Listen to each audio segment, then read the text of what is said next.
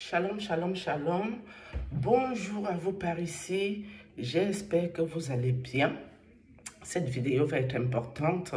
Je vais mettre une louange à l'Esprit Saint et je vais vous supplier ici d'aller m'appeler la famille de Sa Majesté Amugumbelinga de Vision 4, Bruno Bidjan et toutes les personnes qui vont avec Anomayos. Anomayos, je crois que ça s'appelle Anomayos. Vous appelez Monseigneur Mbarga, le prêtre Jean-Augusto Tuntolo, et vous m'appelez Sophie Zanga. Sophie Zanga, qui est de la famille de Amugumbelinga, du côté de Bankomo en vent.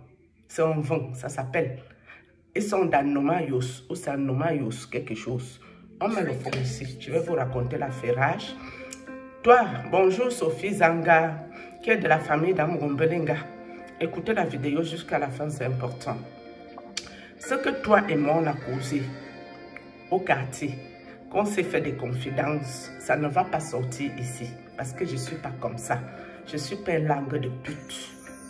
Que ce que je cause avec les gens au quartier, je dépose au carrefour, ça ne nous concerne pas, ça ne nous intéresse pas ici. Ce qui nous intéresse, c'est ce que tu es venu faire dans ma vie en tant qu'une sorcière. On va commencer le sujet si bien. Cette fille vient d'abord m'écrire ici à YouTube qu'elle veut mon numéro. Je lui donne mon numéro, elle ne m'appelle pas. Ça ne m'intéresse même pas puisque je le donne à beaucoup de personnes. Mais elle m'avait déjà demandé, j'ai donné.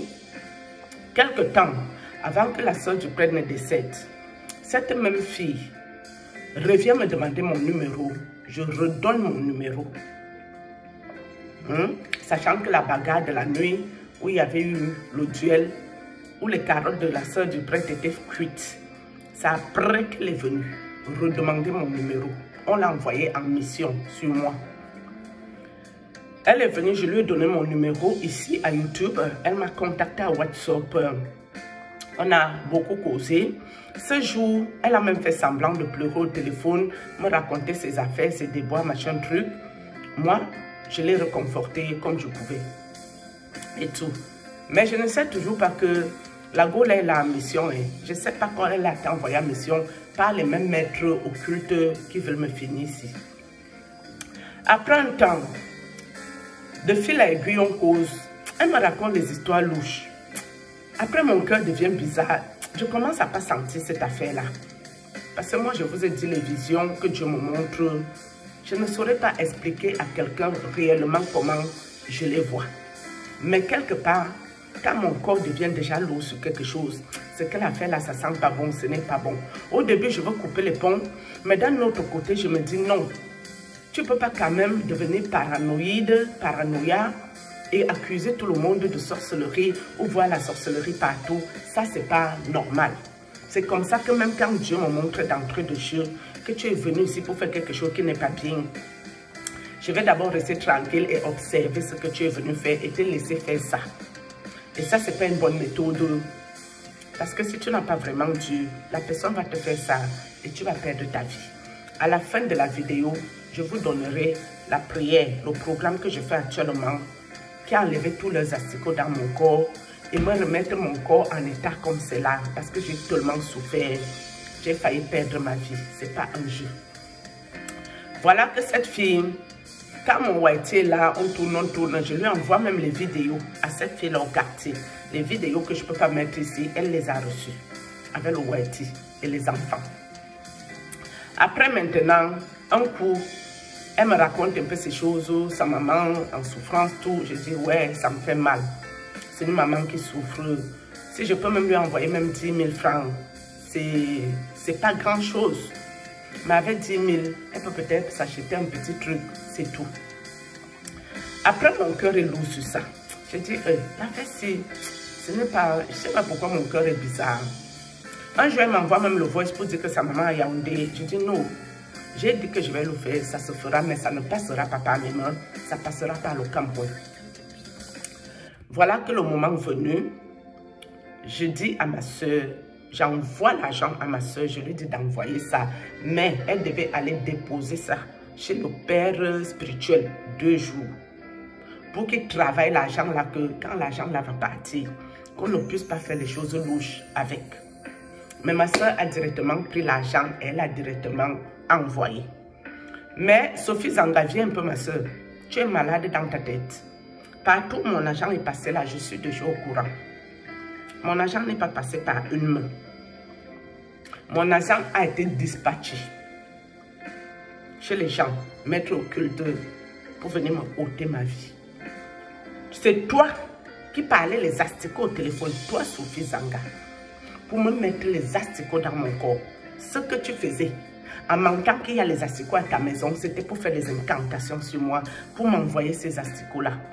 Toi qui parlais toujours que ta petite fille a chié avec ces caca qui puent, ces caca-là sentent tellement mauvais, machin, c'était des incantations pour m'envoyer ces odeurs-là sur moi, que je devienne une cacateuse, que quelqu'un me voit, il voit que les caca sur ça, alors que moi je me vois normal. C'est toi qui as fait ça.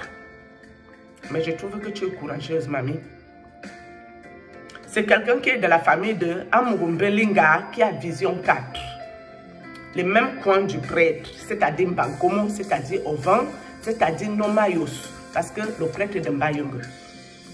Toi seul, tu sais comment vous avez distribué mon argent chez tes collègues maîtres occultes. Tu sais ce que vous avez fait pour venir me donner la mort. Le but n'était même pas de me faire respirer une minute. Votre but était qu'avant même de faire la neuvaine de décès de celle qui est morte là, que moi-même je tombe. C'était ça votre projet, votre but. Sauf que mon argent, ma soeur, est parti de bon cœur pour aider une maman. Ce que tu allais faire de cet argent, ma soeur, tu vas le payer cher. Fais-moi confiance et fais confiance à mon Dieu en qui je crois là. Je suis avec toi au téléphone, toi cette sorcière. Après, c'est les corbeaux qui commencent à faire leur show. De partout, quand je suis à la fenêtre, tu me dis que voilà mes gens qui sont arrivés. Je dis comment ça? Moi, je parle avec plein de gens au téléphone. Les corbeaux ne viennent pas encercler ma maison en faisant tant de bruit. Pourquoi c'est quand je parle avec toi que ces corbeaux-là débarquent? C'est pas normal. Quand tu as récupéré mon argent, tu as commencé à parler de tes affaires. Comment non? Il faut que je me mette vraiment en prière ces jours-là avec mes enfants.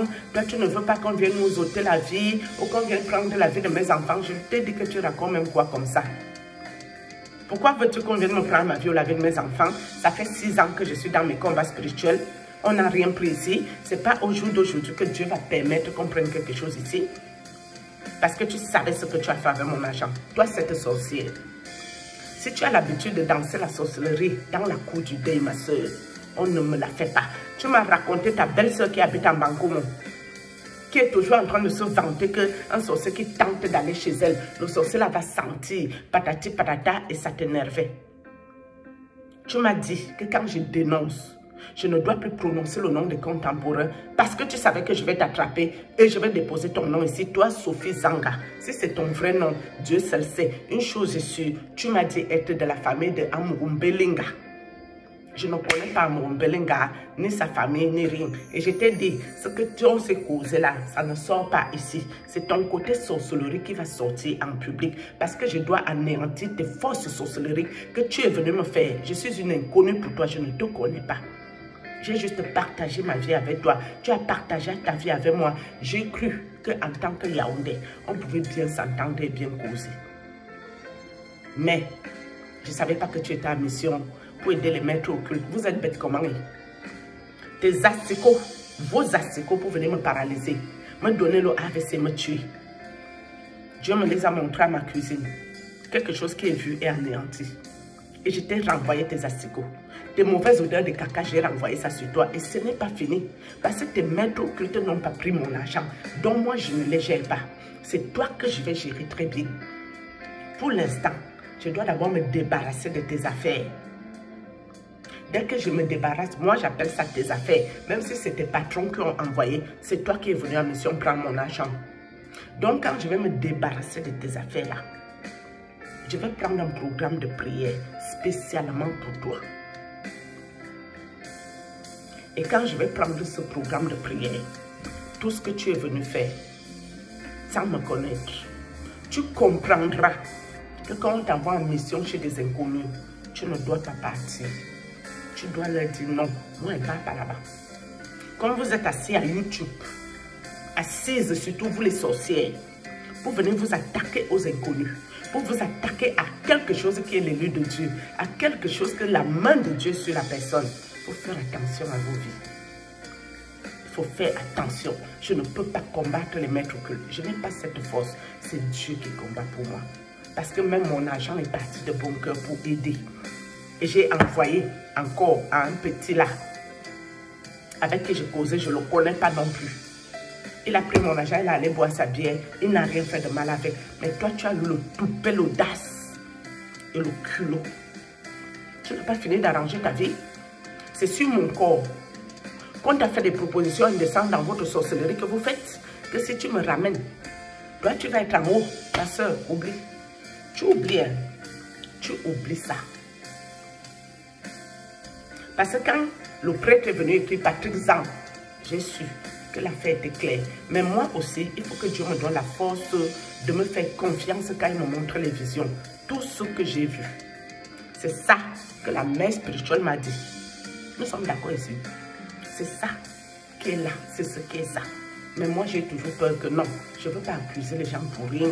Je ne veux pas commencer à voir la sorcellerie partout. Je ne veux pas devenir parano. Donc, ma petite, comme la sorcellerie, quand on vous met dans le ventre chez vous, là, ça vous ment. Que vous êtes au-dessus de Dieu. Je sais ce que tu es venu faire désormais.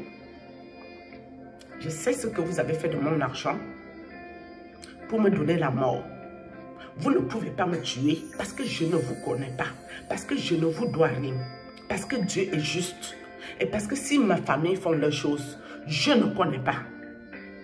Je n'ai jamais rien gagné dedans. Je suis arrivée en Europe par la grâce de Dieu. Je ne sais pas si toi, pour venir en Europe, tu as dû aller faire du mal aux enfants des gens. On t'a donné les bonnes grâces de la sorcellerie.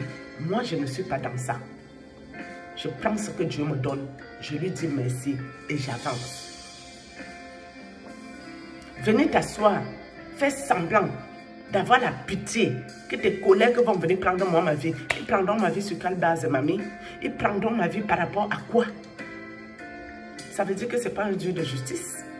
J'ai traité quoi avec eux? Et toi, Jean Augusto Tuntolo, je vais revenir. Hein. Ton mariage où tu m'as mis là, ta sorcellerie, que tu m'as mis dans le mariage de merde là, tu me sors dans ça là. Je ne suis pas ta femme.